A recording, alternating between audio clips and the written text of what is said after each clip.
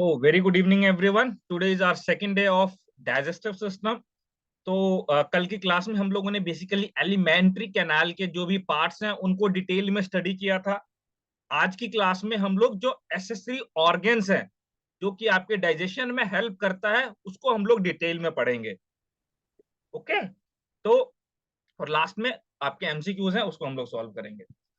तो सबसे पहले, जैसे आप लोग को कल मैंने बता दिया था, आपके बक्कल कैविटी के अंदर कुछ एंजाइम्स होते हैं जो स्टार्टिंग में आपके फूड के ऊपर रिएक्शन करती हैं। बेसिकली आपके कार्बोहाइड्रेट पे वहां पे रिएक्ट करता है, आपके स्टार्च के ऊपर रिएक्शन होती है वहां पे। ठीक है। वैसे ही अब फर्दर हम लोग नेक्स्ट आपका स्टमक में कौन कौन से एंजाइम्स रिलीज होते हैं, कैसे रिएक्शन होती है उनकी, उन सभी को हम लोग डिटेल में पढ़ेंगे आज की क्लास में। तो आपके जो एंजाइम्स रिलीज होते हैं, जो बाइल जूसेस रिलीज होती हैं, उसको हम लोग डिटेल में पढ़ेंगे। तो सबसे पहले आप लोग ध्यान रखोगे जो एसेसरी ऑर्गन्स हैं आपका जो डाइजेशन में आपको हेल्प करता है, that is liver, gall bladder and pancreas. आपको एक टर्म समझाने वाला हूं जो आप लोग आगे याद रखोगे। देखो, लिवर जो है आपका, वो बाइल जूस सिक्रिएट मतलब कि प्रोड्यूस करता है। लिवर क्या करता है? लिवर आपका बाइल जूस प्रोड्यूस कर देगा और ये गॉल ब्लैडर में भेज देगा। लिवर बाइल जूस प्रोड्यूस करके गॉल ब्लैडर में भेज देगा, वहां जाके स्टोर करवा देगा। लिवर बोलता है गॉल ब्लैडर को कि भाई मेरे पास में और भी बहुत सारे फंक्शन है, मेरे को और भी बहुत सारे काम करने हैं, एक काम कर, ये बाइल जूस मैं प्रोड्यूस करके तुझे दे रहा हूं, तो अपने पास रख ले। जब फैट आएगा इंटेस्टाइन के अंदर तो तू उसको रोक दियो और उसके ऊपर जो भी इमल्सिफिकेशन का प्रोसेस है, जो भी उसका डाइजेशन का प्रोसेस है, वो फर्दर करवा दियो। बस लिवर का काम ये है आपके बाइल जूस को प्रोड्यूस करके गॉल ब्लैडर के अंदर भेजना, और गॉल ब्लैडर में आपका जो बाइल जूस है वो स्टोर हो जाता है। ये आप लोगों ने ध्यान रखना है, आगे मैं आपको डिटेल में पढ़ाऊंगा, डोंट वरी। पेनक्रियाज जो है आपका, पेनक्रिएटिक जूसेस जो भी आपके एंजाइम्स हैं, चाहे वो आपके स्मॉल इंटेस्टाइन में फैट के लिए रिलीज हो रहे हैं, कार्बोहाइड्रेट के लिए रिलीज हो रहे हैं, प्रोटीन के लिए रिलीज हो रहे हैं, वो आपके पेनक्रियाज से रिलीज होते हैं। उसको भी हम लोग डिटेल में पढ़ेंगे। चलो, अब आ जाता है सबसे पहले हम लोग स्टमक के ऊपर। कल हम लोगों ने पढ़ लिया था, ये आपके लिवर हो गया, ये आपका गॉल ब्लैडर हो गया, ये ठीक है। और ये पेनक्रियाज हो गया, गॉल ब्लैडर ये हो गया आपका, ये पेनक्रियाज हो गया ये है। तो एक बार थोड़ा सा रिवीजन करवाया था मैं आप लोगों को कल की क्लास का। तो सबसे पहले आपके बक्कल कैविटी के अंदर कौन सा एंजाइम रिलीज होता है? चलो बेटा, चैट बॉक्स में थोड़ा सा मैं आप लोगों को रिवीजन करवाता हूँ, आप लोगों का अभी माइंड इधर उधर होगा, थोड़ा सा टॉपिक के ऊपर ले आता हूँ। चलो बेटा बताओ, बक्कल कैविटी में कौन सा एंजाइम रिलीज होता है?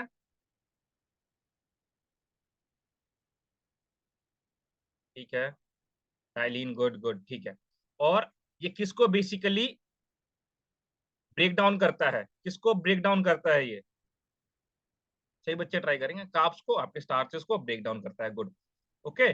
तो आपका, मैंने आपको दो टर्म समझाई थी, एक मैकेनिकली ब्रेक डाउन और दूसरा केमिकली ब्रेक डाउन। तो कल हम लोगों ने मैकेनिकली ब्रेक डाउन वगैरह और एलिमेंट्री कैनाल पढ़ा था, और केमिकली ब्रेक डाउन के अंदर सिर्फ हमने बकल कैविटी का स्टडी किया था। आज हम लोग स्टमक का स्टडी करेंगे। चलो, मान लो कोई भी स्टूडेंट क्लास के अंदर, मान लो अंकुर है। अब अंकुर जो है कोई फूड कंज्यूम कर रहा है, मान लो पास्ता जो है अंकुर कंज्यूम कर रहा है। अब पास्ता कंज्यूम करने के बाद सबसे पहले उसके बकल कैविटी के अंदर मैकेनिकली ब्रेक डाउन हुआ, और जो उसके अंदर आपका माल्टोज है उसके ऊपर रिएक्शन होकर टाइलिन ने उसको डाइजेस्ट कर दिया। उसके बाद वो फूड पेरिस्टालिसिस मूवमेंट करके आपके स्टमक के अंदर आ गया। अभी अंकुर के स्टमक के अंदर हम लोग फूड लेके आए हैं, वो कौन सा फूड है बताओ? वो कायम है या फिर बोलस है? जो आपका पेरिस्टालिसिस मूवमेंट करके अंकुर के स्टमक के अंदर आया फूड है, वो कौन सा है? कायम है या बोलस है? कौन सा फूड है बेटा बताओ? गुड गुड, वेरी गुड, शाबाश। हाँ हाँ, शाबाश, चलो गुड गुड, बहुत बढ़िया, बोलस है, ठीक है। अब कायम कब बनता है वो? जब उसमें कोई ना कोई केमिकल रिएक्शंस होंगी। कौन कौन सी केमिकल रिएक्शंस होंगी वो हम लोग आज की क्लास में पढ़ेंगे। ठीक है, यहां तक आप लोगों को समझ आ गया है? अब देखो, आपका जो स्टमक है, सबसे पहले हम लोग स्टमक पढ़ रहे हैं, फिर स्मॉल इंटेस्टाइन के ऊपर जाएंगे। स्टमक के अंदर सिर्फ प्रोटीन का, देखो जब भी आप फूड कंज्यूम करते हो तो फूड के अंदर क्या क्या चीज आपको देखने को मिलता है? कार्बोहाइड्रेट, प्रोटीन, फैट, विटामिन और मिनरल्स। तो बेसिकली हम लोग जो एंजाइम्स ब्रेक डाउन करता है आपका वो कार्बोहाइड्रेट, प्रोटीन और फैट को ब्रेक डाउन करता है, तो उसी को हम लोग पढ़ेंगे। चलिए आ जाइए, सबसे पहले आप लोग स्टमक के अंदर आ गए हैं। स्टमक के अंदर किसका डाइजेशन होता है? सिर्फ प्रोटीन का। किसका डाइजेशन होता है बेटा? सिर्फ स्टमक के अंदर प्रोटीन का डाइजेशन होता है। मतलब डाइजेशन नहीं, मतलब कि केमिकल रिएक्शन जो है आपकी प्रोटीन के ऊपर होती है। इसके ऊपर, प्रोटीन के ऊपर केमिकल रिएक्शंस होती हैं, इसको हम लोग पढ़ेंगे सबसे पहले। लेकिन आपके स्टमक का स्ट्रक्चर कैसे है वो समझो। सबसे पहले आप लोगों ने पढ़ा था, यहाँ पे आपका स्फिंक्टर है, ठीक है, यहाँ पे। फिर उसके बाद आपका ये अपर बॉडी हो गया, ये मेन बॉडी हो गया, ठीक है। फिर यहाँ पे पाइलरस है। तो ये आप लोगों ने कल की क्लास में पढ़ा था। देखो, जो आपका स्टमक है, इसके ऊपर एक तरीके से ना चारों तरफ आपकी एक लेयर है, जो किसकी लेयर है? म्यूकस की लेयर है। किसकी लेयर है? म्यूकस की। ये जो आप लोग देख रहे हो, म्यूकस की लेयर है। ये म्यूकस बेसिकली करता क्या है? आपके स्टमक के ऊपर प्रेजेंट रहता है, मतलब स्टमक की इंटरनल वॉल है एक तरीके से, जिसका मेन फंक्शन क्या है कि जैसे गैस्ट्रिक एसिड, मतलब गैस्ट्रिक जूस आपके स्टमक के अंदर आता है, और अगर ये म्यूकस प्रेजेंट नहीं होगा आपके इनसाइड में, तो ये क्या होगा? आपके स्टमक की जो लाइनिंग है उसको खराब कर देगा, और फिर आपको जो है इन्फ्लेमेशन देखने को मिलेगा स्टमक के अंदर, पैप्टिक अल्सर देखने को मिलेगा, बहुत सारी प्रॉब्लम आपको हो सकती है। तो स्टमक क्या करता है? जो भी एसिडिक फूड है या फिर एसिड है, उससे प्रोटेक्ट करने में आपको हेल्प करता है म्यूकस। ये आप लोगों ने समझ लिया। ये रहा, देखो, ये म्यूकस है आपका। फिर इसके नीचे ना आपके ग्लैंड्स होते हैं, डाइजेस्टिव ग्लैंड्स होते हैं, जहां से आपके एंजाइम्स रिलीज होते हैं। अब ये जो ग्लैंड्स है ना, इसको भी और फर्दर हम लोग ब्रेक डाउन करें तो ये ऊपर वाला पार्ट आपका म्यूकस सेल हो गया, या म्यूकस नेक सेल हो गया आपका। फिर नेक्स्ट है आपका पेराइटल सेल। पेराइटल सेल से, देखो ये जो रेड वाला है, this is a parietal cell.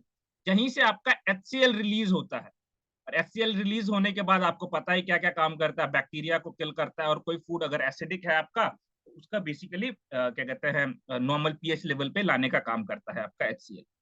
दूसरा, इसके बाद जो आपका क्या बता रखा है, प्रोटीन का ब्रेक डाउन यहाँ पे होगा, ठीक है। अब देखो, जो प्रोटीन है ना, इसका स्टमक से ब्रेक डाउन होना इसलिए स्टार्ट हो जाता है क्योंकि काफी कॉम्प्लेक्स होता है एक तो ये, ठीक है, काफी कॉम्प्लेक्स फूड होता है ये, काफी डाइजेस्टिव, बेसिकली आप बॉन्ड देखोगे काफी कॉम्प्लेक्स रहता है इसका। तो आपके स्टमक से स्टार्ट हो जाता है। तो सबसे पहले आपके चीफ सेल जो है, वो क्या रिलीज करते हैं? पेप्सिनोजेन रिलीज करते हैं, ठीक है। पेप्सिनोजेन रिलीज करते हैं आपके स्टमक के अंदर। बट वो पेप्सिनोजेन क्या होते हैं? एसिडिक रहते हैं, एसिडिक इन नेचर रहते हैं। तो उसको बेसिकली आपका एचसीएल कन्वर्ट कर देता है पैप्सिन में, और फिर ये पैप्सिन जो है आपके प्रोटीन को ब्रेक डाउन कर देता है, ठीक है। मान लो ये प्रोटीन मॉलिक्यूल्स आए हैं आपके, प्रोटीन के मॉलिक्यूल्स आए हैं ये। तो आपका सबसे पहले चीफ सेल से, यहां से मान लो आपका पेप्सिनोजेन आया आपके स्टमक के अंदर। एचसीएल बोलेगा रुको रुको भाई, तुम अभी प्रोटीन के ऊपर कुछ नहीं कर सकते। क्यों? क्योंकि तुम अभी एसिडिक हो। तो सबसे पहले मैं आपको पेप्सिन में कन्वर्ट कर देता हूं, फिर आप प्रोटीन के जो मॉलिक्यूल्स हैं उसको छोटे छोटे पार्ट में ब्रेक डाउन कर देना। तो यहाँ पे आपका जो है प्रोटीन ब्रेक डाउन हुआ, ठीक है।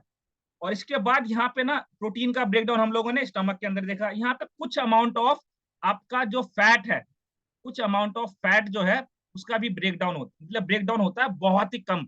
आपका जो ये है ना, चीफ सेल ही है, चीफ सेल ही आपका गैस्ट्रिक लाइपेज भी रिलीज करता है, बहुत ही कम अमाउंट में करता है, जो आपके फैट को कहीं ना कहीं छोटे छोटे मॉलिक्यूल्स में तोड़ने का काम करता है, चाहे वो आप ट्राइग्लिसराइड के फॉर्म में, मोनोग्लिसराइड के फॉर्म में तोड़ने का काम करता है आपके स्टमक के अंदर। और कुछ अमाउंट ऑफ जो आपका लिंगुअल लाइपेज, ठीक है, आपके बक्कल कैविटी में भी रिलीज होता है, तो ये भी आप लोग लिख लेना।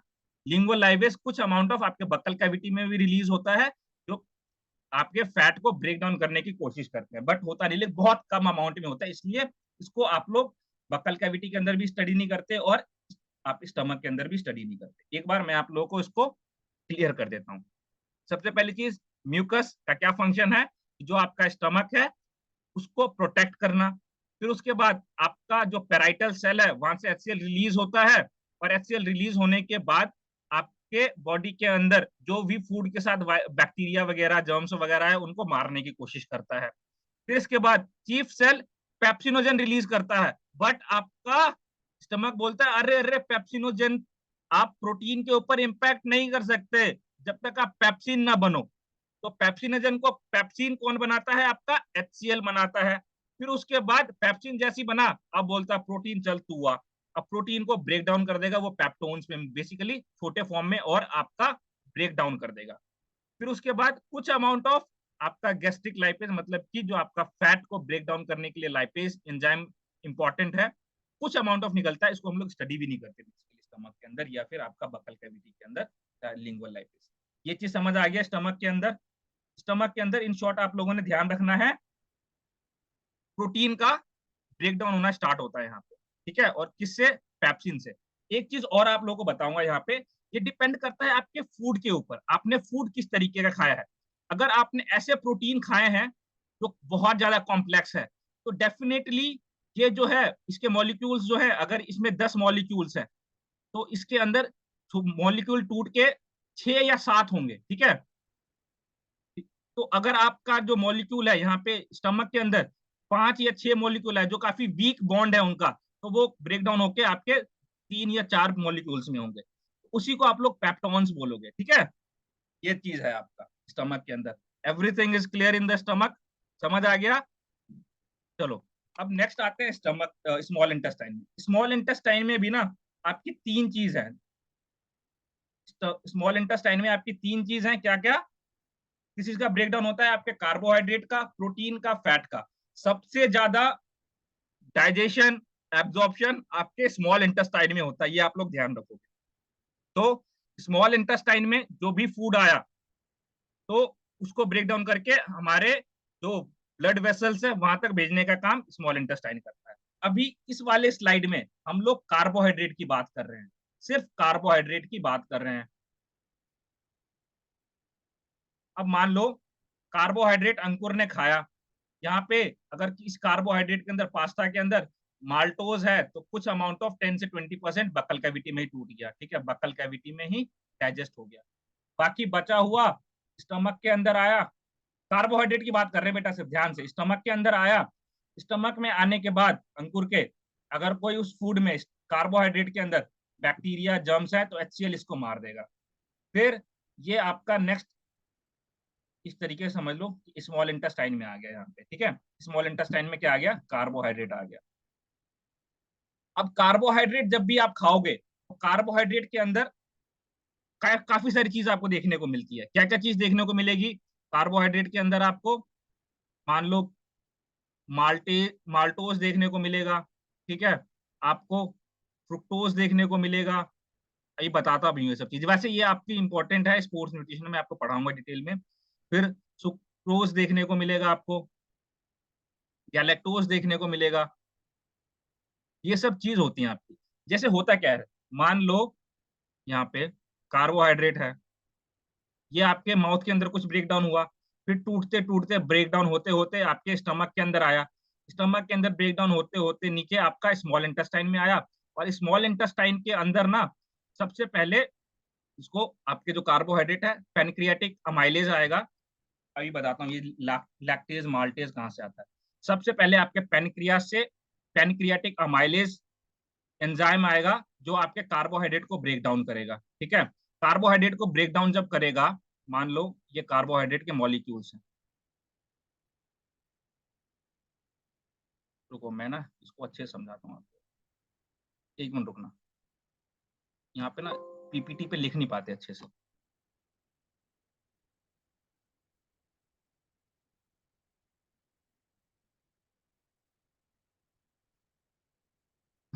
देखो, हाँ, मान लो ये कार्बोहाइड्रेट है, ठीक है।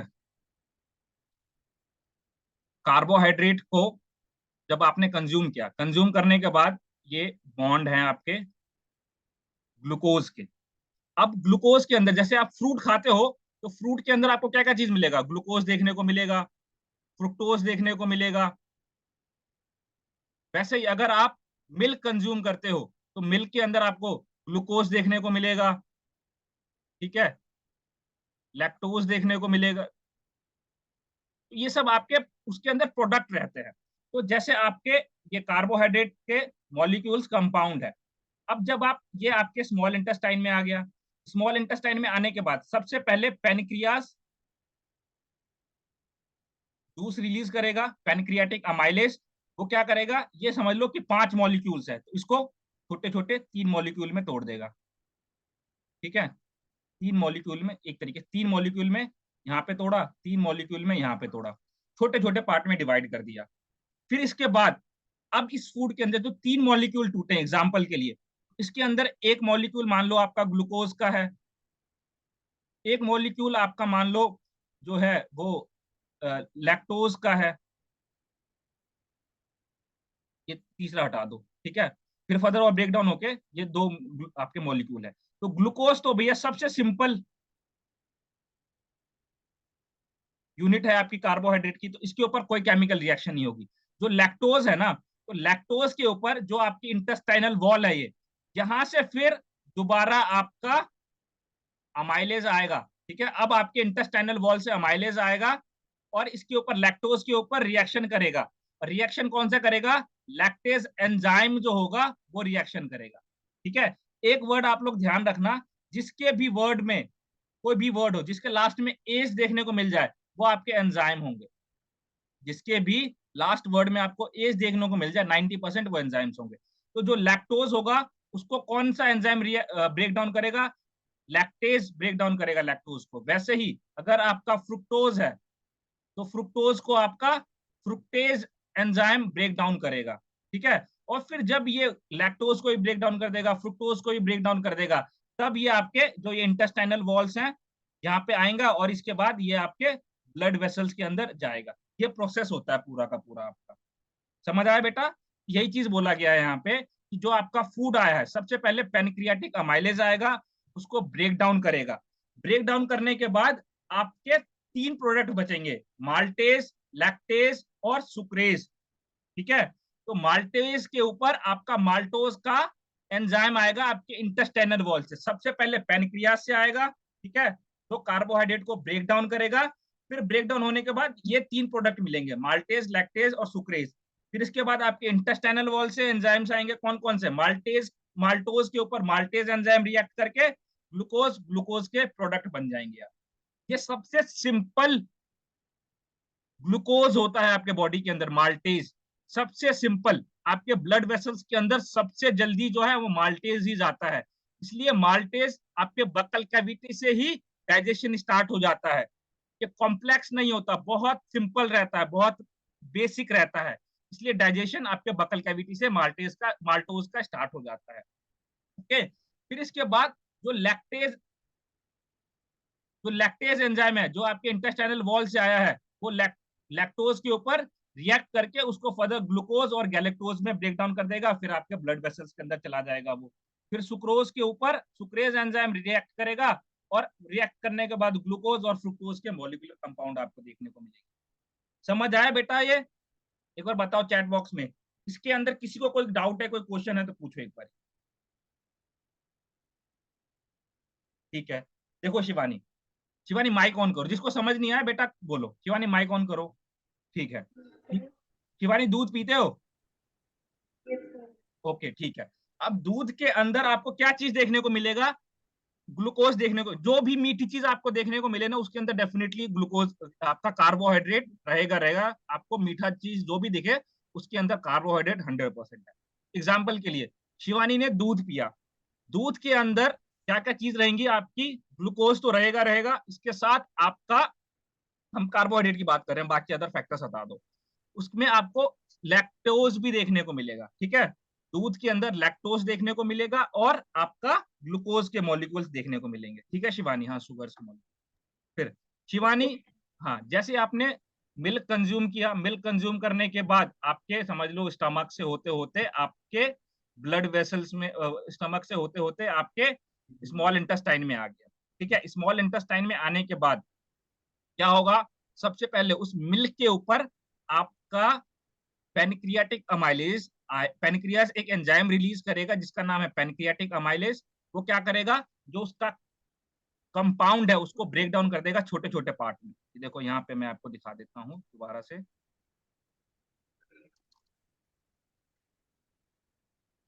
लो, अभी शिवानी को मिल्क पिला देते हैं। लो भाई, ठीक है। अब मान लो इसने मिल्क कंज्यूम किया, और ये इसके इंटेस्टाइन में एक तरीके से आ गया यहाँ पे। तो यहाँ पे दो चीज को हम लोग अभी कंसिडर कर रहे हैं, क्या क्या? आपका एक हो गया ग्लूकोज और दूसरा हो गया इसका गैलेक्टोज।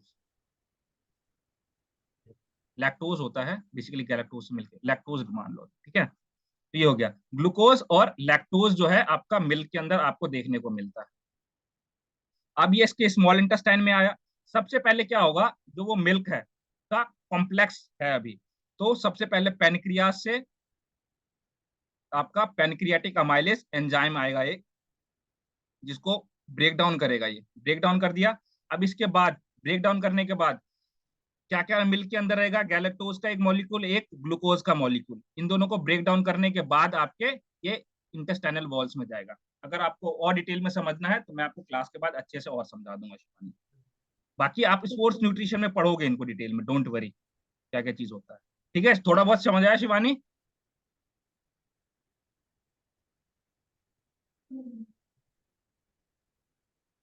चलो, ये कार्बोहाइड्रेट हम लोगों ने देखा अभी। नेक्स्ट देखते हैं हम लोग प्रोटीन को, ठीक है। नेक्स्ट देख रहे हैं हम लोग प्रोटीन को। अब यहाँ पे प्रोटीन की बात करेंगे हम लोग। शिवानी बने रहना क्लास के अंदर, डोंट वरी। नेक्स्ट क्या है, प्रोटीन को देखते हैं हम लोग। प्रोटीन हम लोगों ने कार्बोहाइड्रेट का कर दिया स्मॉल इंटेस्टाइन के अंदर डाइजेशन, आपके विलाई से जो है वो ब्लड वेसल्स के अंदर चला गया है। कार्बोहाइड्रेट है, कहानी खत्म। प्रोटीन का हम लोगों ने क्या देखा था? अच्छा, प्रोटीन का डाइजेशन कहाँ से स्टार्ट होता है बेटा, बताओ। प्रोटीन का डाइजेशन कहाँ से स्टार्ट होता है आपके बॉडी में? डाइजेशन कहाँ से स्टार्ट होता है आपके बॉडी के अंदर प्रोटीन का? मैंने बताया था आपको अभी जस्ट। बोलो बोलो। स्टमक से, गुड, ठीक है। अब स्टमक से मान लो आपका जो प्रोटीन है, ये इतने मॉलिक्यूल्स हैं आपके प्रोटीन के, जो कि है पेप्टोन बॉन्ड है, ठीक है, पेप्टोन बॉन्ड है। इसमें भी क्या होगा आपका, पेनक्रियास एंजाइम रिलीज करेगा एक, ठीक है। पेनक्रियास एक एंजाइम रिलीज करेगा, ठीक है। कौन सा एंजाइम? ट्रिप्सिन। इसके अंदर ना एक बार नहीं, दो दो बार एंजाइम रिलीज होते हैं, क्योंकि इसका कॉम्प्लेक्स मॉलिक्यूलर कंपाउंड रहता है। तो फिर उसके बाद सबसे पहले ट्रिप्सिन रिलीज करेगा। ट्रिप्सिन क्या करेगा, इन मॉलिक्यूलर कंपाउंड को, जो 10-12 मॉलिक्यूलर कंपाउंड है, वो 5-6 मॉलिक्यूलर कंपाउंड में तोड़ देगा, ठीक है। फिर इसके बाद आपका बॉडी देखेगा कि यार ये तो अभी भी नहीं टूटा, अब क्या किया जाए। तो फिर उसके बाद दोबारा आपका जो पेनक्रियाज है, वो काइमोट्रिप्सिन एंजाइम रिलीज करेगा, और इसको फिर फर्दर ये दो दो या तीन पार्ट में इसको तोड़ देगा, ठीक है। फिर इसके बाद 2-3 पार्ट में टूटा, टूटने के बाद ये लास्ट में आपका एक एक या दो पार्ट में बचेगा, ठीक है, छोटे छोटे मॉलिक्यूलर कंपाउंड में बचेगा, जिसको आप लोग डायपेप्टाइड बोलोगे या फिर एमिनो एसिड्स बोलोगे। डायपेप्टाइड मतलब कि ये जैसे कि आपके दो पेप्टाइड के बॉन्ड है, ये जो आपको लाइन दिख रही है ना, ये पेप्टाइड बॉन्ड है। तो दो पेप्टाइड के बॉन्ड जो है आपके, ये अमीनो एसिड्स हैं, और ये पेप्टाइड बॉन्ड है बीच वाले, तो इसी को आप लोग पेप्टाइड बॉन्ड कहते हैं। ये देखो, जैसे कि ये स्टार्टिंग में इतने सारे हैं, तो सबसे पहले पेनक्रियाज ने जब ट्रिप्सिन रिलीज किया, तो इसको मान लो कि दो दो पार्ट में ब्रेक डाउन कर दिया, ठीक है। फिर इसके बाद पेनक्रियाज ने कीमोट्रिप्सिन रिलीज किया, तो कीमोट्रिप्सिन ने क्या किया, इसको फिर फर्दर एक एक पार्ट में रिलीज कर दिया, एक एक पार्ट में आपका तोड़ दिया। अब इसको एक एक पार्ट में तोड़ दिया। अब जब एक एक पार्ट में टूट गया ये, तो आपके इंटेस्टाइनल वॉल में ये इजिली एब्जॉर्ब हो जाएगी, ठीक है। इजिली एब्जॉर्ब होके आपके ब्लड वेसल्स के अंदर चला जाएगा। तो यही चीज है इसके अंदर। सबसे पहले पेनक्रियाज ने ट्रिप्सिन रिलीज किया, उसको छोटे पार्ट में तोड़ा। फिर पेनक्रियाज ने काइमोट्रिप्सिन रिलीज किया, फिर उसको फर्दर और छोटे पार्ट में तोड़ा, और फिर लास्ट में आपका दो मॉलिक्यूलर कंपाउंड या एक मॉलिक्यूलर कंपाउंड होके आपके ये इंटेस्टाइनल ल्यूमेन इंटेस्टाइनल वॉल से होते हुए आपके ब्लड वेसल्स में चला गया। तो प्रोटीन का भी डाइजेशन बहुत ही इजी है, इसमें भी कोई दिक्कत परेशानी वाली बात नहीं। चलिए, आते हैं नेक्स्ट के ऊपर। आपका अब हम लोग करते हैं बात फैट का। फैट का थोड़ा सा कॉम्प्लेक्स है। फैट ना ये आप लोगों जैसा है शैतान। फैट आप लोगों जैसा है शैतान, जो कि इजिली बॉडी के अंदर डाइजेस्ट नहीं होता। क्यों नहीं होता, इसको आप लोग समझोगे। देखो, अब यहाँ पे समझाऊंगा मैं आप लोगों को।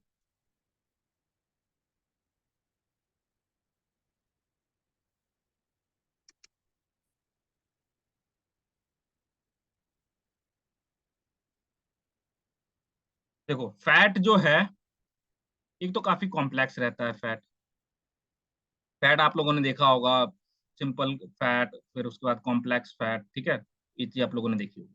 हम इसकी बात नहीं करेंगे, हम लोग बात करेंगे सबसे पहले, जैसे कि आपने बक्कल कैविटी के अंदर, स्टार्टिंग में समझाता हूँ। बक्कल कैविटी के अंदर आपने फैट कंज्यूम किया, कुछ अमाउंट ऑफ लिंगुअल लाइपेज, ठीक है, आप बोलते हैं उसको लिंगुअल लाइपेज, तो यहाँ पे रिलीज होता है, फैट के ऊपर रिएक्शंस करता है, बट कुछ होता नहीं है। फैट वैसी कॉम्प्लेक्स है, लिंगुअल लाइपेज बहुत ही कम अमाउंट में रिलीज होता है, तो कुछ वो इफेक्ट नहीं पड़ता, मान लो। फिर इसके बाद ये आपके स्टमक के अंदर आ गया, स्टमक के अंदर आपका गैस्ट्रिक लाइपेज फैट के ऊपर रिएक्शंस करता है। तो अगर आपने चिकन वगैरह खाया तो भैया इसके ऊपर इनका कोई इम्पैक्ट नहीं पड़ेगा। अगर ऐसा फैट खाया है तो काफी वीक है, इनके बॉन्ड्स काफी वीक हैं, तब क्या होगा, आपके स्टमक के अंदर ये गैस्ट्रिक लाइपेज जो है आपका, फैट ब्रेकडाउन किसमें होता है, ट्राइग्लिसराइड्स के अंदर ब्रेकडाउन होता है, ठीक है। तो जो ये कॉम्प्लेक्स कार्ब, मतलब कि कॉम्प्लेक्स आपका फैट है, मान लो कि इसके यहाँ पे 10 मॉलिक्यूल है फैट के आपके, तो ये क्या करेगा, गैस्ट्रिक लाइपेज इसको 6 या 7 या 5, depend on the type of fat जो आप लोगों ने कंज्यूम किया है। तो वीक है तो 5 में तोड़ देगा, 4 में तोड़ देगा, 3 में तोड़ देगा, ठीक है। और काफी कॉम्प्लेक्स है तो कुछ रिएक्शंस नहीं कर पाएगा, आपका एक दो मॉलिक्यूलस वहां पे वीक किया। फिर इसके बाद नेक्स्ट क्या होगा, ये आपके स्मॉल इंटेस्टाइन है, मान लो ये आपका स्मॉल इंटेस्टाइन है, यहाँ पे आपका फैट आ गया। अब देखो यहाँ से ध्यान देना आप लोग, फैट आपके स्मॉल इंटेस्टाइन में आ गया, मान लो यहाँ पे 5 मॉलिकुलर कंपाउंड आए हैं फैट के, 1 2 3 4 5 मॉलिकुलर कंपाउंड फैट के आए हैं। यहाँ पे जैसी फैट आया ना, मैंने आप लोगों को एक टर्म समझाया था, इसका लिवर का टर्म समझाया था मैंने। लिवर क्या करता है, बाइल जूस प्रोड्यूस तो कर देता है, बट बोलता है मेरे पास काम बहुत है, तो ये गॉल ब्लैडर को बोलता है कि यार तू इसको स्टोर कर ले, तो गॉल ब्लैडर स्टोर करके रखता है। गॉल ब्लैडर क्या करते रखता है, बाइल जूस को स्टोर करके रखता है।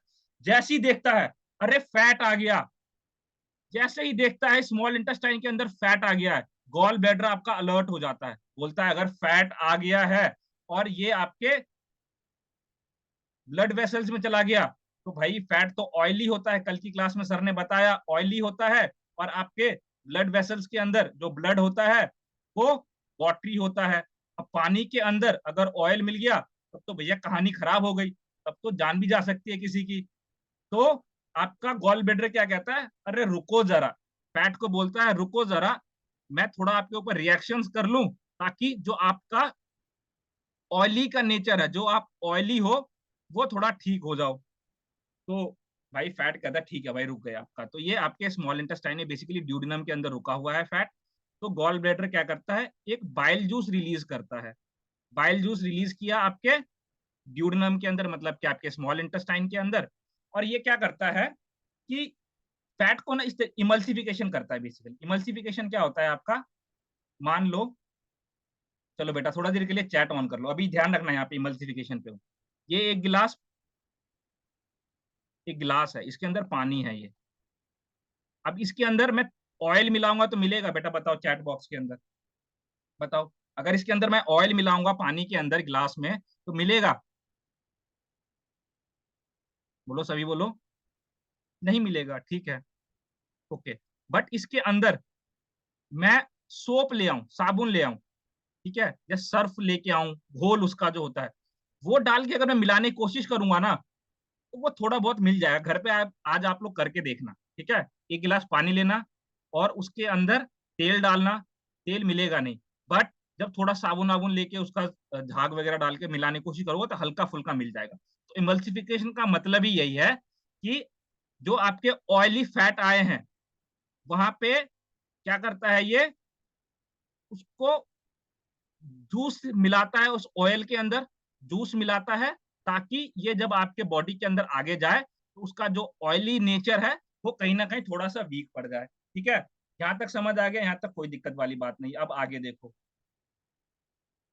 अब आगे देखो आगे क्या होता है आपके बॉडी के अंदर।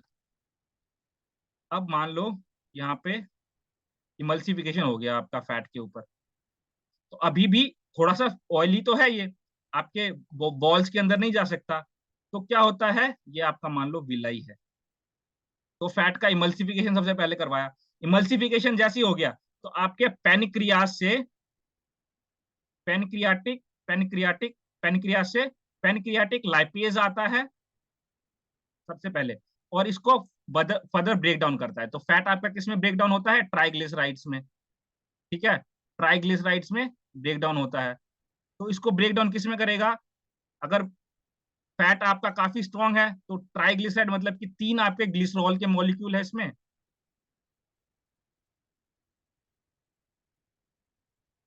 और फैटी एसिड का मॉलिक्यूल है।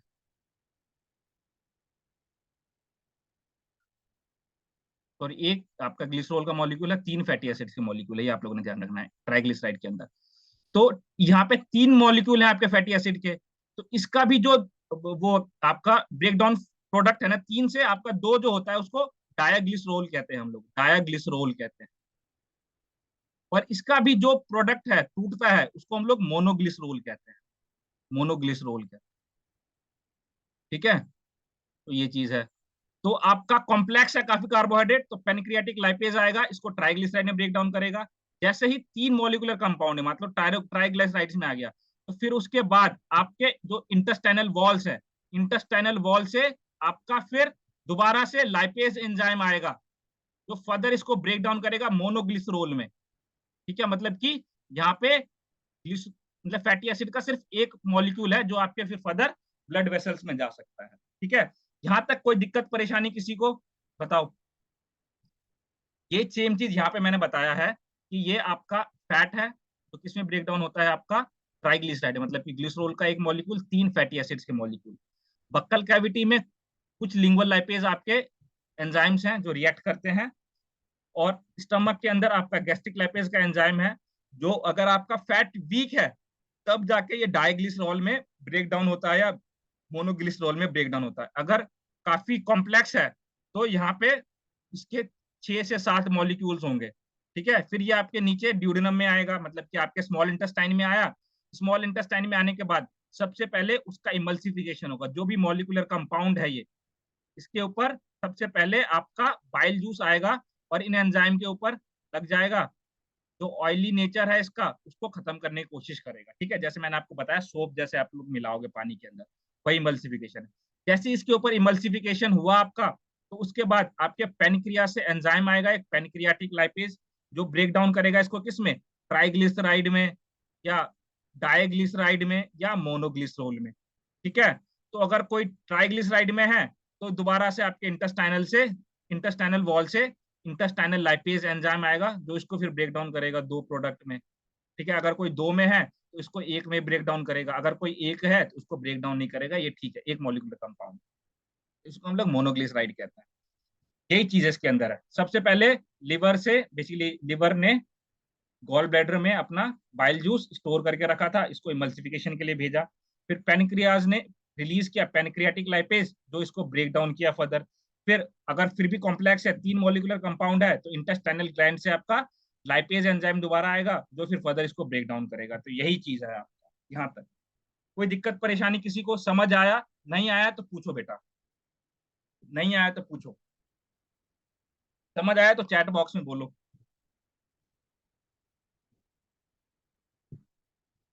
बोलो बोलो, समझ आया बेटा? पूछूंगा क्वेश्चन मैं आप लोगों को। ठीक है मनोज, गुड। मारूंगा जिसको जो बोल रहा है समझ आया और लास्ट में पूछा तो आंसर नहीं दिया तो बहुत मारूंगा उसको।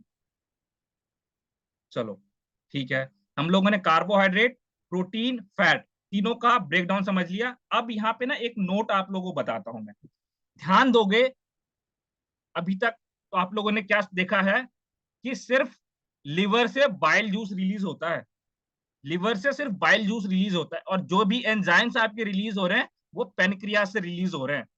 बस एक ऐसा एंजाइम है पेप्सिन, जो आपके स्टमक के अंदर रिलीज हो रहा है, वो आपके जो क्या कहते हैं गैस्ट्रिक ग्लैंड्स है वहां से रिलीज होता है, नहीं तो बाकी सारे आपके पेनक्रियास से रिलीज होता है। चलो, एक क्वेश्चन मेरे को याद आया अभी, ये बताओ मुझे आप लोग चैट बॉक्स के अंदर जरा, जो आपके पेनक्रियाज है वो कौन सा ग्लैंड है? 2 ऑप्शन है आपके पास, चलो 3 ऑप्शन दे देता हूँ आप लोगों के कन्विंस के लिए, 4 ऑप्शन दे देता हूँ। जो आपका पेनक्रियाज है वो एंडोक्राइन ग्लैंड है, एक्सोक्राइन ग्लैंड है, दोनों ग्लैंड है, या इनमें से कोई ग्लैंड नहीं है?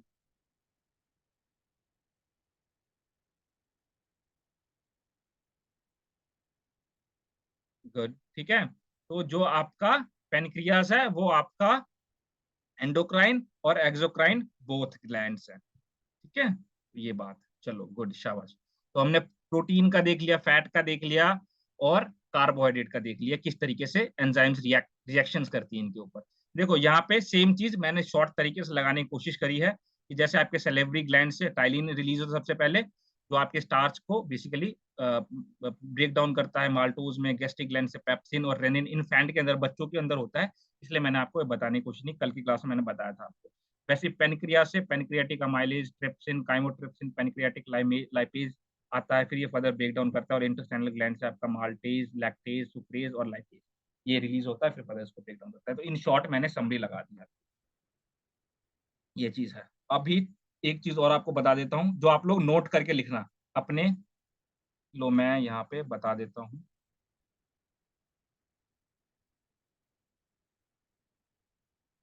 लिख लो भाई इसको ना, सभी लोग लिखना। जैसे कि मान लो एंजाइम्स, यहाँ लिखो एंजाइम्स,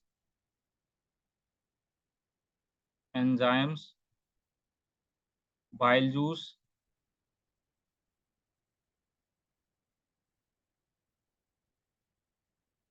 ठीक है। एंजाइम्स, जितने भी एंजाइम्स रिलीज हो रहे हैं वो आपके पैनक्रियास से रिलीज हो रहे हैं, एक्सेप्ट पेप्सिन, ठीक है। बाइल जूस कहाँ से रिलीज होता है आपके, देखो दो चीज ध्यान रखना, बाइल जूस जो है आपके प्रोड्यूस होता है आपके लिवर से, बट स्टोर कहाँ होता है आपके गॉल ब्लैडर के अंदर। पूरा समरी बता रहा हूँ बेटा, ठीक है। गॉल ब्लैडर के अंदर स्टोर होता है। देखो बाइल जूस का जो फंक्शन है, बाइल जूस का फंक्शन ये है, सिर्फ फैट का, जो आपका फैट आया है इसका इमल्सिफिकेशन करवाना, यही फंक्शन है, एंजाइम नहीं है ये बाइल जूस आपका एंजाइम नहीं है, उसको ब्रेक डाउन नहीं करता कुछ, बस फैट के जो मॉलिक्यूल्स हैं उसको, ऑयली नेचर को खत्म करने की कोशिश करता है कहीं ना कहीं इस तरीके से ऊपर बैठ के, ठीक है, इमल्सिफिकेशन करवाता है, कोई एंजाइम नहीं है ये ध्यान रखना है आप लोगों ने, ये है, ठीक है। ये दो चीज आप लोग ध्यान रखना बस। चलो अब आ जाते हैं दोबारा से यहाँ पे, ये स्लाइड देख लिया आप लोगों ने, ये कुछ टर्म्स हैं जो आप लोग ध्यान रखोगे। आप बच्चे बहुत कंफ्यूज होते हैं इन टर्म्स को लेके, लेकिन आज के बाद आप लोग कंफ्यूज नहीं होगे इन टर्म्स में। सबसे पहला इंजेशन, इंजेशन सभी को पता ही है, जो भी आप फूड खाते हो तो इंजेस्ट करते हो उसको, तो ईटिंग फूड, आपके बक्कल कैविटी के अंदर जो फूड खाते हो उसी को हम लोग इंजेशन कहते हैं, उस प्रोसेस को हम लोग इंजेशन कहते हैं जो आप लोग खाना खाते हैं। डाइजेशन, दो टाइप की बताई थी सर ने, एक मैकेनिकल डाइजेशन और एक केमिकल डाइजेशन। मैकेनिकल डाइजेशन कहाँ तक होता है, कहाँ से स्टार्ट होता है और कहाँ तक होता है, बताओ बेटा, कल बताया था। अब मुझे पता है गलती करोगे आप लोग, इसलिए मैंने आपसे क्वेश्चन पूछा है, कहाँ से स्टार्ट होकर कहाँ तक होता है। मैकेनिकल डाइजेशन कहाँ से स्टार्ट होता है कहाँ तक होता है, बस बक्कल कैविटी में ही होता है, आगे नहीं होगा मैकेनिकल ब्रेकडाउन, बस बक्कल कैविटी में ही होगा। हाँ, ठीक है। तो मैकेनिकल ब्रेकडाउन आपके बक्कल कैविटी से चल के आपके जो है स्मॉल, सॉरी, आपके स्टमक तक होता है, ठीक है। केमिकल ब्रेकडाउन भी अगर सिर्फ कार्बोहाइड्रेट की बात करें तो ये आपके बक्कल कैविटी से लेके ये आपके स्मॉल इंटेस्टाइन तक होता है, तो ये चीज है, ध्यान आ गया, हाँ गुड, बहुत बढ़िया, शाबाश। तो डाइजेशन आप लोगों ने देख लिया कि फूड को छोटे छोटे मॉलिक्यूल्स पार्ट में तोड़ना, ओके, और एंजाइम की हेल्प से उसके बॉन्ड्स को ब्रेक डाउन करना। तो केमिकली ब्रेक डाउन में हम लोग एंजाइम्स की हेल्प लेते हैं, और मैकेनिकल ब्रेक डाउन के अंदर हम छोटे छोटे पार्ट में तोड़ते हैं। तो ये चीज भी आप लोगों ने समझ ली, डाइजेशन। एब्जॉर्प्शन, एब्जॉर्प्शन क्या होता है कि समझ लो ये आपकी इंटेस्टाइनल वॉल्स है, यहाँ पे जो भी आपका चाहे कार्बोहाइड्रेट है तो वो ग्लूकोज में कन्वर्ट होके यहाँ पे चला गया, प्रोटीन एमिनो एसिड्स में कन्वर्ट होके आपके इंटेस्टाइनल वॉल्स में चला गया, और आपका जो है फैट है वो फैट आपका ट्राइग्लिसराइड या मोनोग्लिसराइड के फॉर्म में कन्वर्ट होके आपके लिम्फेटिक वेसल में जाता है बेसिकली, ठीक है। तो अभी के लिए बस समझो कि आपके यहाँ पे चला गया इंटेस्टाइनल वॉल में, फिर उसके बाद आपके ब्लड वेसल्स में चला गया, इसी को एब्जॉर्प्शन कहते हैं, न्यूट्रिएंट्स का एब्जॉर्प्शन हो रहा है ये। तो ये एब्जॉर्प्शन भी आपने समझ लिया। नेक्स्ट समझो एसिमिलेशन, फिर एलिमिनेशन पे आएगा, नेक्स्ट समझो एलिमिनेशन, इसके बाद ये है। एसिमिलेशन क्या होता है कि जैसे आपके ब्लड वेसल्स के अंदर न्यूट्रिएंट्स आ गया, मान लो ग्लूकोज आ गया, एमिनो एसिड्स आ गया, ट्राइग्लिसराइड्स आ गया। तो ग्लूकोज का क्या काम है, आपके बॉडी के अंदर जहां जहां एनर्जी की रिक्वायरमेंट होगी तो ग्लूकोज वहां चला जाएगा। एमिनो एसिड्स क्या करेगा कि आपके जहां जहां बॉडी में सेल्स तक या टिश्यू तक जो भी वियर टीयर हुआ है तो वहां पे जाके उसको हील करने की कोशिश करेगा, ठीक करने की कोशिश करेगा कहीं ना कहीं। और ट्राइग्लिसराइड क्या करेगा, अगर आप लोगों ने VLDL कंज्यूम किया है तो आपके बॉडी में स्टोर हो जाएगा। अगर आपने HDL फूड कंज्यूम किया है तो आपके पूरे लिवर लिवर में जाने के बाद आपके पूरे ब्लड वेसल्स में जाके जो भी कोलेस्ट्रॉल जमा है उसको रिमूव करने में हेल्प करेगा, मतलब कि यहाँ पे उसको हटाने की कोशिश करेगा HDL। तो ये सब फंक्शंस होते हैं आपके। तो इसी को एसिमिलेशन क्या हो गया कि जो भी आपके न्यूट्रिएंट्स एब्जॉर्ब्ड हुए हैं, ठीक है, उसको ट्रांसपोर्ट करना आपके बॉडी तक, आपके बॉडी के सेल्स तक ट्रांसपोर्ट करना एसिमिलेशन कहलाता है। और एलिमिनेशन क्या हो गया कि जो आप लोगों ने फूड से न्यूट्रिएंट्स निकाल लिया, सब कुछ निकाल लिया, और फूड का जो अनडाइजेस्टेड मटेरियल है उसको बॉडी से बाहर निकालना, आपका एक्सटर्नल एनवायरनमेंट में लाना, दैट इज एलिमिनेशन। तो ये टर्म्स बेटा ध्यान रखना आप लोग। ओके, चलो आते हैं नेक्स्ट स्लाइड के ऊपर, मे भी शायद से, हाँ, कुछ डाइजेस्टिव डिसऑर्डर्स होते हैं आपके, उसको ध्यान रखो। यहाँ पे सबसे पहला होता है आपका हार्ट बर्न। हार्ट बर्न में क्या होता है कि दिल धड़क रहा है, ठीक है, वो वाला मतलब कि दिल में जलन है, वो वाला नहीं है जो गानों में नहीं होता, मेरा दिल, पता नहीं ऐसे कुछ है ना, कोई गाना है ऐसा, मुझे याद नहीं आ रहा अभी। किसी का दिल टूट जाता है, फिर दिल में आग लग जाती है, तो ये वो वाला हार्ट बर्न नहीं है बेटा, ठीक है, ये दूसरा वाला हार्ट बर्न है। क्या होता है इसके अंदर, जैसे आपका ईसोफिगस से ब्लड आया, ठीक है, मतलब सॉरी ब्लड नहीं, बोलस आया आपका यहाँ से आपके स्टमक के अंदर,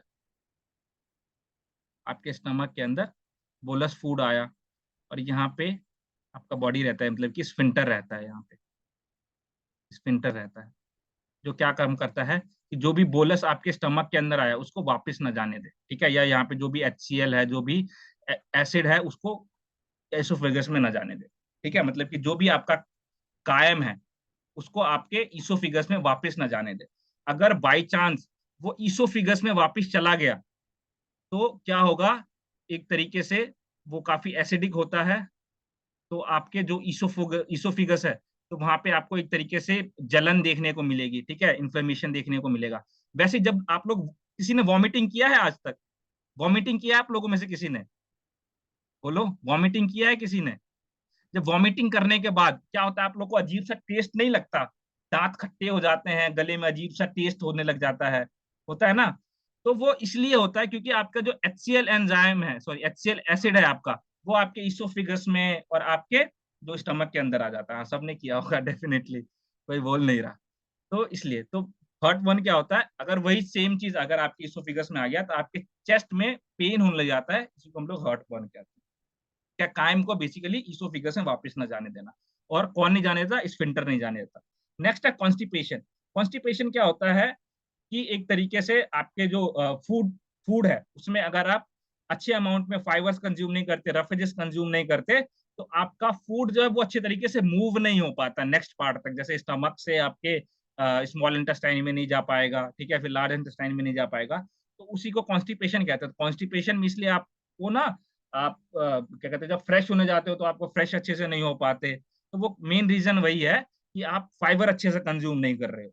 और दूसरा रीजन ये है कि आप अच्छे अमाउंट में वाटर कंज्यूम नहीं कर रहे, क्योंकि वाटर क्या करता है, आपको मूवमेंट में हेल्प करता है आपके फूड को, ठीक है। तो ये चीज है, कॉन्स्टिपेशन आपको इन दो चीजों से देखने को मिलता है। ये हो गया। डायरिया क्या है, डायरिया बेसिकली जनरली जब कुछ आपको ऐसे कोलरा वगैरह की बीमारियां हो जाती है उसमें आपको डायरिया देखने को मिलता है, और आपका उसके अंदर जो फीसेस है वो वाटरी हो जाता है, जो आपका वेस्ट है वो पानी की तरीके से आपको देखने को मिलता है। तो वो क्यों होता है, क्योंकि आपके बॉडी के अंदर जो वाटर है वो अच्छे तरीके से एब्जॉर्ब नहीं हो पा रहा। अब वाटर अच्छे से एब्जॉर्ब नहीं हो पाया तो उसमें उसकी वजह से आपके बॉडी के अंदर आपको डिहाइड्रेशन देखने को मिलेगा, जिसकी वजह से आपको डायरिया होने के चांसेस है। नेक्स्ट है आपका अल्सर। अल्सर क्या होता है कि जो आपका स्टमक है, देखो इसको थोड़ा सा डिटेल में समझाऊंगा यहाँ से क्योंकि क्वेश्चंस बनते हैं आपको। समझ लो ये स्टमक है आपका, इस तरीके से मान लो ये स्टमक है। अब स्टमक के ऊपर मैंने क्या बताया था, म्यूकस का लेयर है, स्टमक के अंदर म्यूकस है ये, ठीक है, म्यूकस है ये। अब क्या होता है, कोई बैक्टीरिया जब चला जाता है आपके बॉडी के अंदर, सबसे पहले HCl इसके ऊपर रिएक्ट करता है। मान लो वो बैक्टीरिया फिर भी बच गया, ठीक है, तो वो क्या करता है, आपकी जो ये लाइनिंग है, यहाँ पे जो लाइनिंग होती है उसके ऊपर इफेक्ट करना, मतलब कि पोर बनाने लग जाता है, सॉरी उसके ऊपर एक तरीके से, हाँ, अफेक्ट करना स्टार्ट कर देता है। इसमें क्या होता है, आपको इन्फ्लेमेशन, मतलब कि आपको थोड़ा बहुत पेन होने को देखने को मिलेगा आपके स्टमक के अंदर, ठीक है, और आपको जो है हाँ, स्टमक पेन देखने को मिलेगा आपको, आपके स्टमक के अंदर बेसिकली ये चीज देखने को मिलता है, और इस तरीके से आपको वॉमिटिंग वगैरह का सेंसेशन होने लग जाएगा। तो इसी को आप लोग अल्सर कहते हो या पेप्टिक अल्सर कहते हो, स्टमक अल्सर कहते हो, तो दिस इज द सेम, ठीक है, कि open source in the stomach, तो आपके स्टमक के अंदर जो भी आपकी लाइनिंग है वहां पे एक अफेक्ट कर देता है उसकी लाइनिंग के ऊपर, दैट इज अल्सर। यही है, कॉज्ड बाय बैक्टीरिया, और इसको आप एंटीबायोटिक से क्योर कर सकते हो। इसमें आपको पेन और ब्लीडिंग होने, ब्लीडिंग बहुत कम चांसेस हैं, बेसिकली पेन देखने को मिलता है। तो ये आपके कुछ डाइजेस्टिव डिसऑर्डर्स हैं। बाकी लास्ट में यही पूरा कंक्लूजन है यहाँ पे। आप लोग क्या करना, अपने कॉपी के अंदर इस तरीके से डायग्राम बना लेना, और सेलिवरी ग्लैंड आपका बकल कैविटी के अंदर है, तो कार्बोहाइड्रेट के ऊपर रिएक्ट करता है, टाइलिन रिएक्ट करता है, माल्टोज में कन्वर्ट होता है। इस तरीके से अपना नोट्स बना लेना, एक पेज पे ही पूरा पूरा आपका डाइजेस्टिव सिस्टम कंप्लीट हो जाएगा। इसको आप लोग देख लेना, मैं आपको भेज दूंगा क्लास में। ठीक है, इतना ही। बाकी देखो, मैं खाना वाना खा के लेट चुका हूँ, मजा आ गया, मेरा पेट भी निकल चुका है। Thank you so much. चलो, ठीक है, समझ आया। अब पूछो, किसी का कोई क्वेश्चन, कोई डाउट।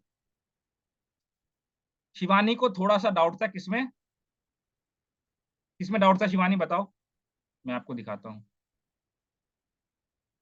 शिवानी, इसमें प्रोटीन में डाउट था ना। अभी MCQ करेंगे, कोई जाना मत। हाँ ठीक है। हाँ मनोज, मैं कल, आपकी बात मुझे ध्यान है, मैं आपको ना कल का नोट्स आज से शेयर कर दूंगा, डोंट वरी। नोट्स में भेजता हूँ ग्रुप में। अभी मैं आपको प्रोटीन और अच्छे से समझा देता हूँ, डोंट वरी। या फिर रुको, MCQ कर लेते हैं फिर समझा देता हूँ। मेरे पास एक अच्छा मटेरियल है मेरा स्पोर्ट्स न्यूट्रिशन का, उससे बताऊंगा। पहले थोड़ा सा MCQ कर लो, MCQ आप कर लोगे, डोंट वरी। MCQ में कुछ नहीं है। ये तो मैंने आपको बहुत डिटेल में बताया है, इतनी डिटेल में आपको पढ़ने की जरूरत भी नहीं TGT PGT के लिए। और UGC नेट में इससे तो क्वेश्चन ही नहीं बन रहा अभी तक। चलिए भाई, रेडी हो सभी चैट बॉक्स में, एक बार बताओ सभी, रेडी हो, स्टार्ट करें। कौन बनेगा डाइजेस्टिव सिस्टम? चलो, कौन बनेगा डाइजेस्टिव सिस्टम का करोड़पति? ठीक है, चलो, गुड गुड गुड, शाबाश। चलो बेटा, फिर मैं थोड़ी सी स्क्रीन आप लोगों के लिए बड़ी कर देता हूँ। कुछ ज्यादा बड़ी हो गई, ये छोटी हो गई। चलो, आ जाओ, सबसे पहला क्वेश्चन आप लोगों के लिए। Which organ produces bile, a crucial substance for fat digestion? पहला क्वेश्चन सभी के लिए। तो कौन सा ऑर्गेन आपका बाइल प्रोड्यूस करता है और एक क्रूशियल सब्सटेंस है आपका फैट का डाइजेशन के लिए? Yes, correct. तो आपका जो है वो लिवर है, वो बाइल जूस प्रोड्यूस कर प्रोड्यूस करता है, प्रोड्यूस करता है, ध्यान रखना है ये। जिस वर्ड में मैं एम्फेसाइज कर रहा हूँ उसके ऊपर ध्यान रखना आपको। Question number second, which of the following is not a part of alimentary canal? इनमें से कौन सा एलिमेंट्री कैनाल का पार्ट नहीं है? इनमें से कौन सा एलिमेंट्री कैनाल का पार्ट नहीं है? कल मैंने आपको एलिमेंट्री कैनाल पढ़ाया था, आज मैंने आपको एसेसरी ऑर्गन्स पढ़ाया है। बताओ, कल मैंने आप लोगों को क्या नहीं पढ़ाया था, वो हटा दो बस, और जो आज पढ़ाया मैंने वो ऐड ऑन कर दो, आप लोगों को वैसे ही समझ आ जाएगा। दिमाग यूज करना है बस, ठीक है। चलो, वेरी गुड बेटा, सभी आंसर देंगे। Yes, correct. तो सेकंड का राइट आंसर क्या हो गया? पैनक्रियास। मैं यहाँ पे आपको एक्सप्लेनेशन नहीं दूंगा क्वेश्चन का, बिकॉज ऑप्शंस क्या है नीचे में, आपको नेक्स्ट आंसर देखने को मिलेगा। तो no no need to explain the answers. चलो, इसको एक्सप्लेन करूंगा, क्वेश्चन नंबर थर्ड। चलो, इसका बताओ, क्वेश्चन नंबर थर्ड का answer. Which digestive system disorder is characterized by inflammation and ulcers in the lining of the stomach? आराम से पढ़ो, चीजों को समझो, दिमाग लगाओ। सर ने कुछ चीजें बताई थी, कुछ टर्म्स बताए थे, कुछ प्रीफिक्स सफिक्स बताए थे, उनको यूज करके आंसर देने की कोशिश करना।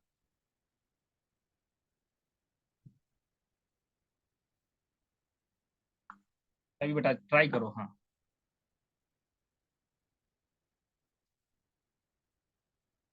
अंकुर, क्यों दिया इसका सी आंसर, बताओ। अंकुर मलिक, क्यों दिया इसका सी आंसर? फिर इसके बाद शिवानी बताएगी क्यों दिया इसका सी आंसर, क्या चीज रिलेट करके, या फिर ऐसे ही चलो दे देते हैं, आंसर देना है मैं भी शायद से। चलो ठीक है शिवानी, आप बताओ क्यों दिया इसका सी आंसर।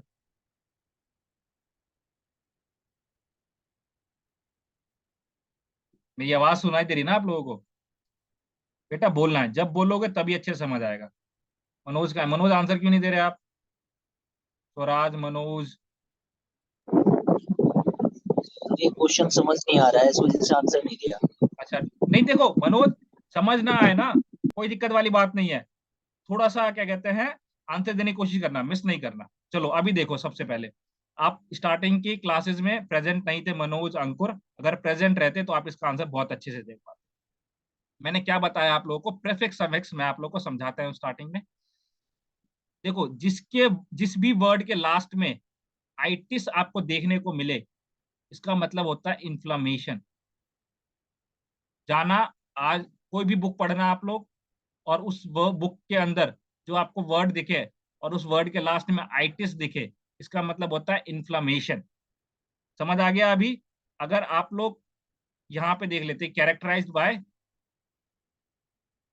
बाय इन्फ्लामेशन, तो यहाँ पे देखो आइटिस किस में दिख रहा है आपको, इसके अंदर गैस्ट्राइटिस में, तो आप थोड़ा सा रिलेट करके इसका आंसर सी दे। तो ये तो मैंने एक छोटा सा लॉजिक बताया, मैंने जो आप लोगों को पढ़ाया है पहले। अब इस क्वेश्चन के अंदर डेफिनेटली ये क्वेश्चन काफी क्या कहते हैं, हार्ड है। तो मैं आपको इसमें एक्सप्लेन करने की कोशिश करता हूँ। सबसे पहला देखो क्या बोला क्वेश्चन के अंदर, पहले समझो आप लोग। Which digestive system disorder is characterised by the inflammation and ulcers in the lining of the stomach? ये आपका स्टमक है मान लो, ठीक है। तो इसके स्टमक की जो लाइनिंग है, ये वाली अंदर वाली लाइनिंग है, इसके ऊपर, ठीक है, मतलब इसके अंदर जो इधर लाइनिंग जो है, इसके ऊपर कौन सा डिसऑर्डर है वो इफेक्ट करता है, ठीक है। अभी आप लोगों ने अल्सर में पढ़ा था, अल्सर में आपका यहाँ पे स्टमक की लाइनिंग के ऊपर इफेक्ट करता है, लेकिन आपको इन डिजीज के बारे में पता ही नहीं, तो आंसर कैसे दो? तो अब सबसे पहले समझो इरिटेट इरिटेबल बोल सिंड्रोम। इरिटेबल बोल सिंड्रोम क्या होता है? ये एक तरीके से है आपका डाइजेस्टिव सिस्टम का ही डिसऑर्डर, और इसमें भी आपको जो है वो स्टमक के अंदर पेन देखने को मिलेगा। बट ये क्या होता है, ये आपके लार्ज इंटेस्टाइन में देखने को मिलता है मोस्टली, ठीक है। ये आपके लार्ज इंटेस्टाइन में देखने को मिलता है। और ये क्या होता है, आपके लार्ज इंटेस्टाइन में है तो डेफिनेटली आपके स्टमक की लाइनिंग के ऊपर इम्पैक्ट नहीं करेगा, तो इसलिए इसका जो ए है वो आंसर इनकरेक्ट हो गया। नेक्स्ट है क्रॉन डिजीज। क्रॉन डिजीज क्या होता है, एक तरीके से ना ये भी आपकी इन्फ्लामेटरी डिसऑर्डर ही है।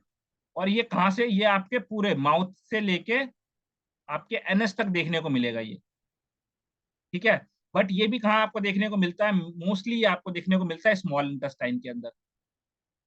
इसमें भी आपको स्टमक पेन, ये सब चीजें देखने को मिलेगी, स्टमक अपसेट।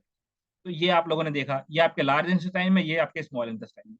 गैस्ट्राइटिस, ठीक है। तो आइटिस मतलब इन्फ्लामेशन, और गैस्ट्राइटिस कहीं ना कहीं आपके स्टमक से रिलेट करता है।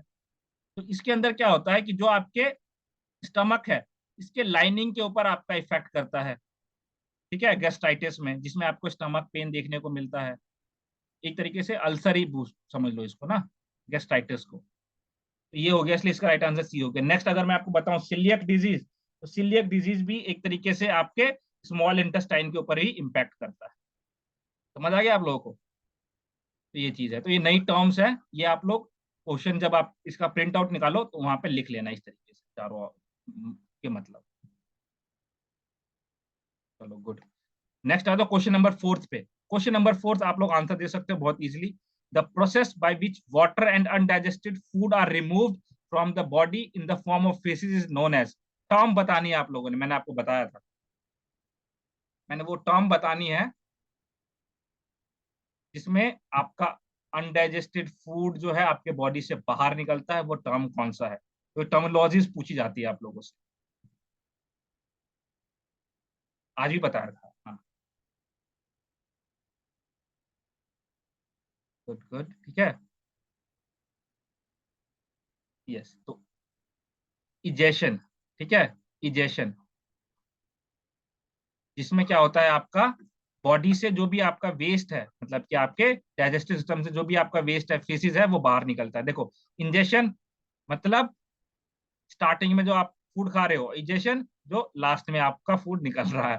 तो ये चीज है, ये चीज आप लोगों ने ध्यान रखना है। वाओ, क्वेश्चन नंबर 5 के ऊपर, विच of the following is not a function of the pancreas in the digestive system. बेटा ध्यान से सोच के समझ के देना, क्वेश्चन नंबर 5 का answer, which of the following is not a function of the pancreas in the digestive system. थोड़ा सा फास्ट करेंगे क्वेश्चन हम। क्या आंसर दे रहे हो आप लोग? विच of the following is not a function of pancreas in the digestive system.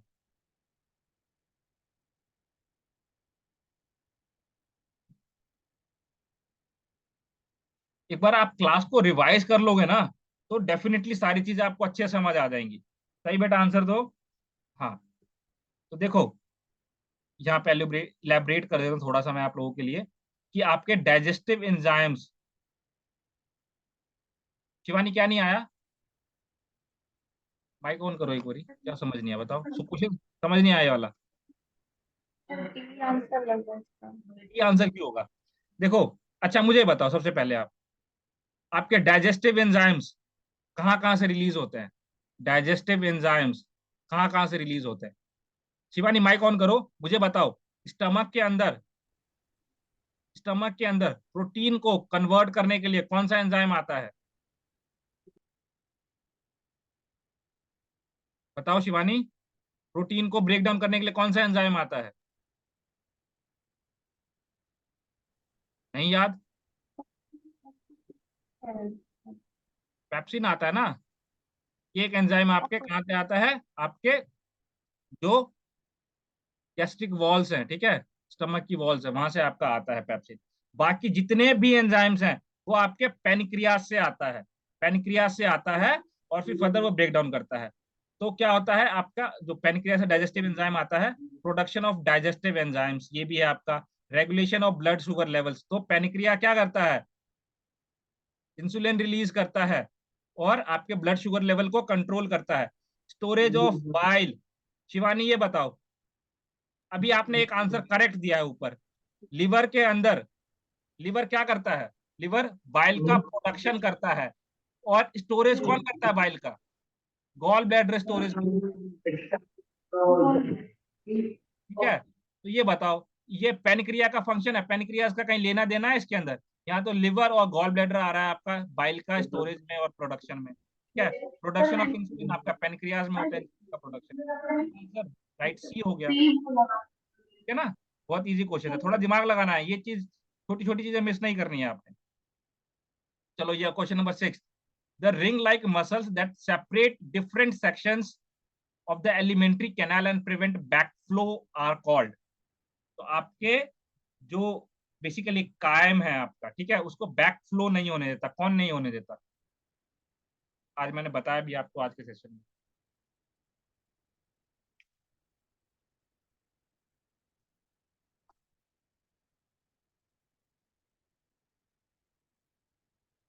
तो बिल्कुल करेक्ट, एब्सोल्युटली करेक्ट।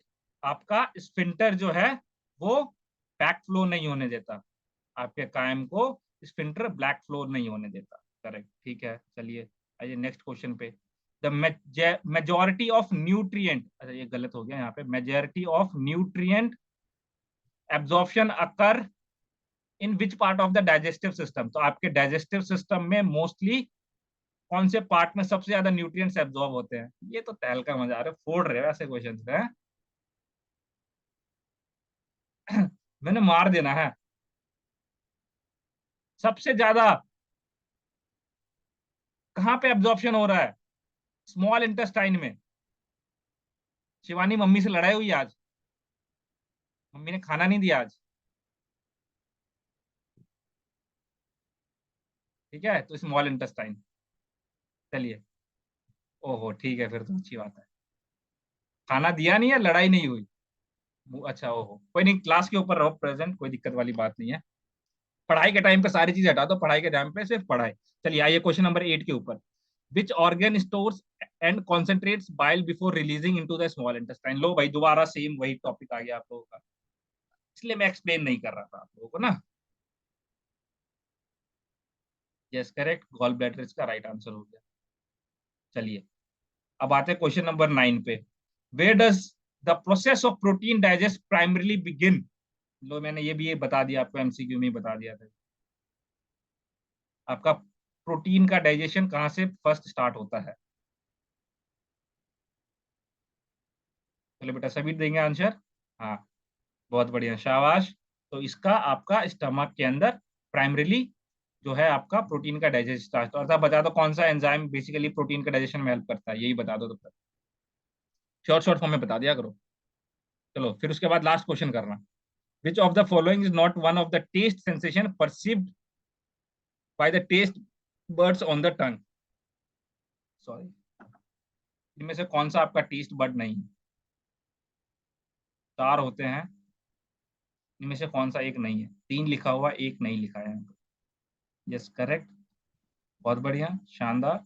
तो आपका स्पाइसी जो है वो नहीं होता है, स्वीट होता है, सोर होता है और बिटर, ये सब ठीक है। तो ये चीज है। चलिए ये तो थे आपके इजी क्वेश्चन, ये तो थी आपकी नॉर्मल जिंदगी, ये थी नॉर्मल जिंदगी। अब आपको लाता हूं मेंटोस जिंदगी के ऊपर, ठीक है। अब आता हूं आपको मेंटोस लाइफ के ऊपर। चलिए अब आ जाओ मेंटोस लाइफ में। मेंटोस कहा गया और इन क्वेश्चंस का आंसर दो। चलो आओ क्वेश्चन नंबर फर्स्ट का आंसर दो। अब स्टेटमेंट बेस्ड क्वेश्चन है आपके ये। फिर इसके बाद आपको लाऊंगा अल्ट्रा लेजेंड लाइफ पे। रुको अभी फिर आंसर देना। फिर आपको लाऊंगा अल्ट्रा लेजेंड लाइफ पे, जिसमें आपके अजेशन और रीजन क्वेश्चन होंगे, और ये सिर्फ आपके डाइजेस्टिव सिस्टम से रिलेट करेंगे। डोंट वरी, सारे क्वेश्चन, एक भी बाहर इधर उधर का टॉपिक है। चलो भाई मेंटोस जिंदगी के लिए तैयार हो सभी। आ जाओ भाई मेंटोस लाइफ में आ जाओ सभी। ऐसे क्वेश्चंस आते हैं ना आप लोगों के डीएसएससी वगैरह में करंट पैटर्न के हिसाब से। चलो आंसर दो अभी। Statement one, question number one के अंदर बोला गया है the process of mechanical digestion begins in the mouth with the mastication of food. Statement two बोला गया है the primary enzyme responsible for breaking down carbohydrate in the mouth is salivary amylase. चलो भाई आंसर दो, ध्यान से पढ़ो, कोई जल्दबाजी नहीं है, कुछ नहीं है।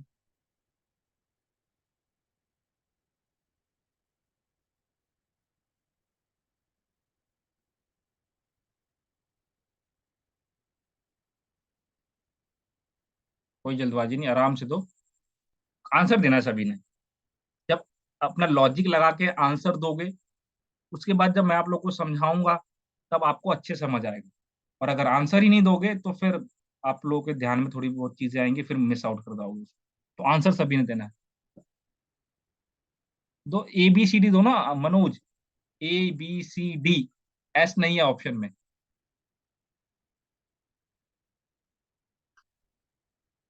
ओके गुड, ठीक है। चलो अब मैं इसको थोड़ा बहुत आपको समझाने की कोशिश करता हूँ। रुको एक मिनट, पेन कहाँ गिर गया।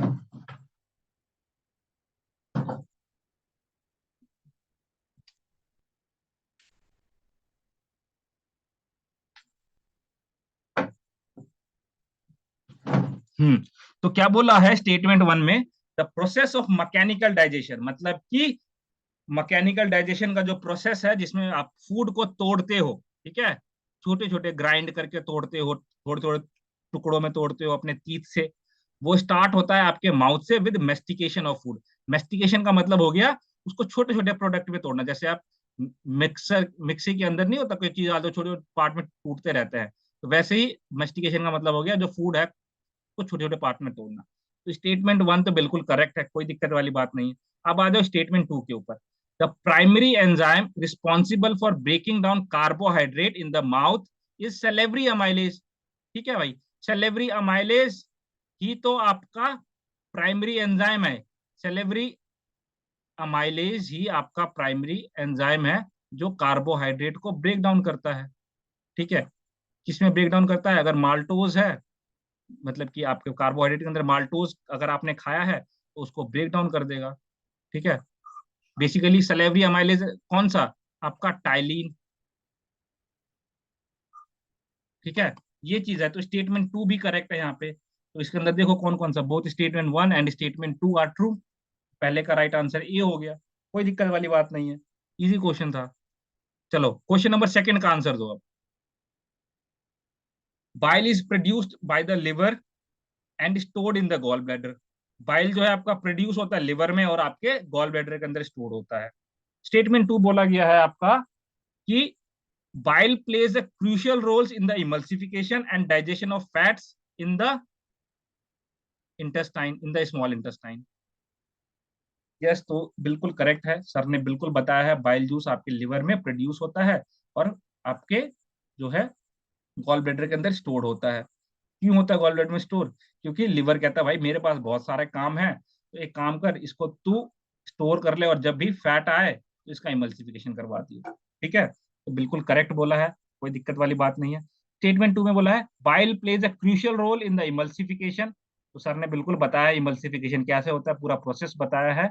And digestion of fat in the small intestine, और आपके स्मॉल इंटेस्टाइन में ही इसका डाइजेशन में आपका डाइजेशन मतलब इमल्सिफिकेशन करवाता है, जिसकी वजह से आपके डाइजेशन में हेल्प करता है। तो इसमें दोनों यही ठीक है, तो सेकंड का भी राइट आंसर ए हो गया, कोई दिक्कत वाली बात नहीं है। चलिए क्वेश्चन नंबर थर्ड, सॉरी,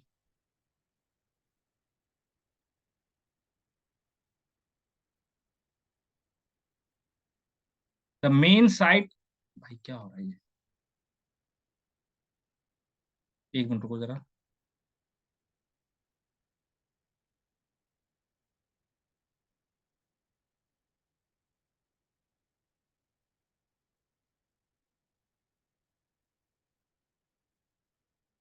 हाँ भाई, दो आंसर, क्वेश्चन नंबर थर्ड का आंसर दो। लो इसको ऊपर कर देता हूँ, लो दो आराम से। हाँ, क्वेश्चन नंबर थर्ड का आंसर दो आराम से, सोच के समझ के। The main site of nutrient absorption in the digestive system is the stomach. जो मेन साइट है न्यूट्रिएंट्स एब्जॉर्प्शन का आपके डाइजेस्टिव सिस्टम में, वो स्टमक है। स्टेटमेंट 1 में बोला, मैं नहीं बोल रहा, ठीक है।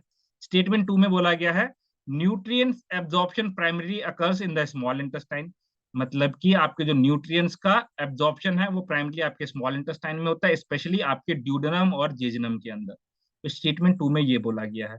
अब आप बताओ कि कौन सा स्टेटमेंट इसके अंदर करेक्ट है, कौन सा स्टेटमेंट इसके अंदर इनकरेक्ट है।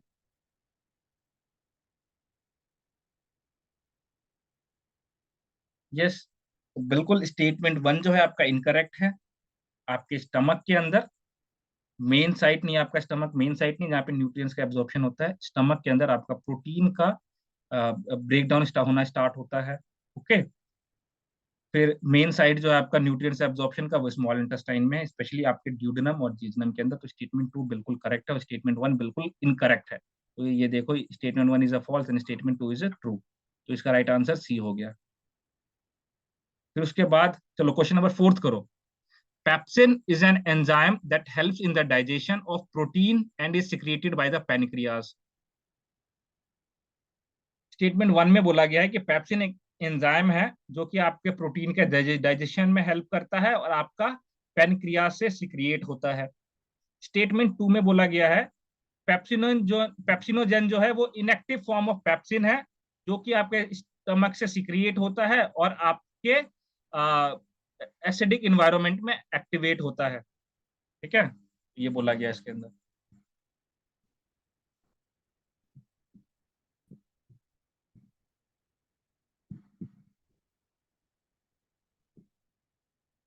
अच्छा, चलो कौन कौन आंसर दे रहा है?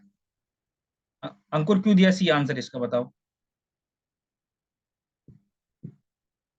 अंकुर, इसका आंसर सी क्यों है? सर कल उसके बारे में बताया था, पेप्सिन के बारे में, हम्म। ये जो माउथ के पास से। हम्म।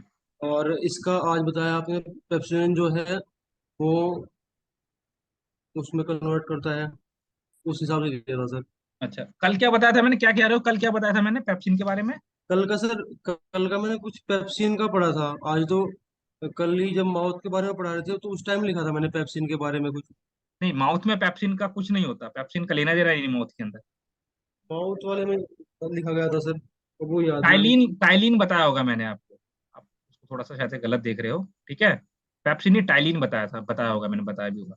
हाँ पेप्सिन सर, ये प्रोटीन का पेप्टोन में जब वो होता है तो उसके बारे में बताया था सर। नहीं नहीं, वो भी आपके इधर ही होता है, आपके क्या कहते हैं स्टमक के अंदर ही होता है।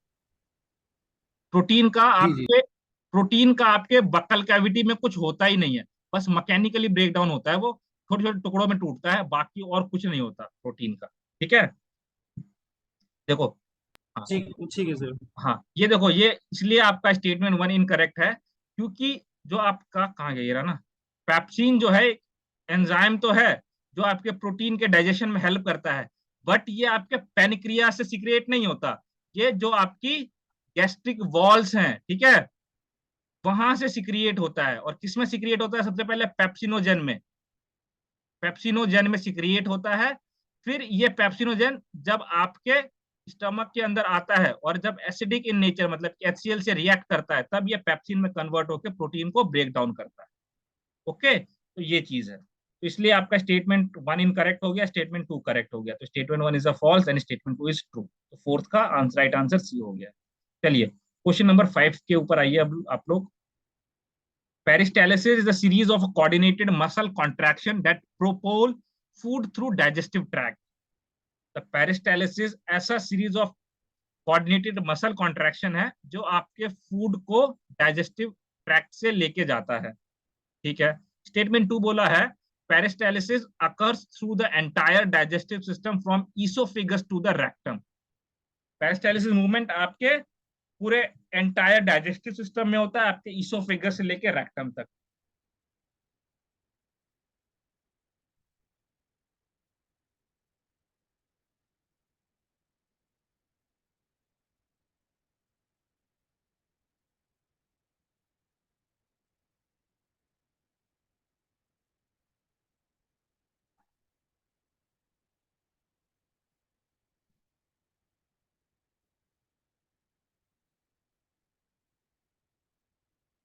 चलो चलो आंसर दो। सर फिर समझ नहीं आया, ठीक है, कोई दिक्कत वाली बात नहीं शिवानी, अभी समझा दूंगा आपको, बस ये लास्ट क्वेश्चन करवा रहा हूँ फिर आपको समझाता हूँ जो भी आपके डाउट्स हैं। देखो, पेरिस्टालिसिस मूवमेंट क्या होता है? ये रहा ना मेरे पास, तो जैसे कि ये फूड है आपका, ठीक है, ये फूड है, इस तरीके से आपके पिचिक पिचिक मतलब कि जैसे ये नीचे की तरफ आएगा तो ये आपका मसल जो है वो फिर चिपक जाएगा आपस में, फिर दोबारा जैसे फूड आया तो ये मसल आपस में बंद हो जाएगा। तो इस तरीके से पेरिस्टालिस मूवमेंट ये पिचिक पिचिक पिचिक पिचिक करके नीचे की तरफ आपका आता है स्टमक में।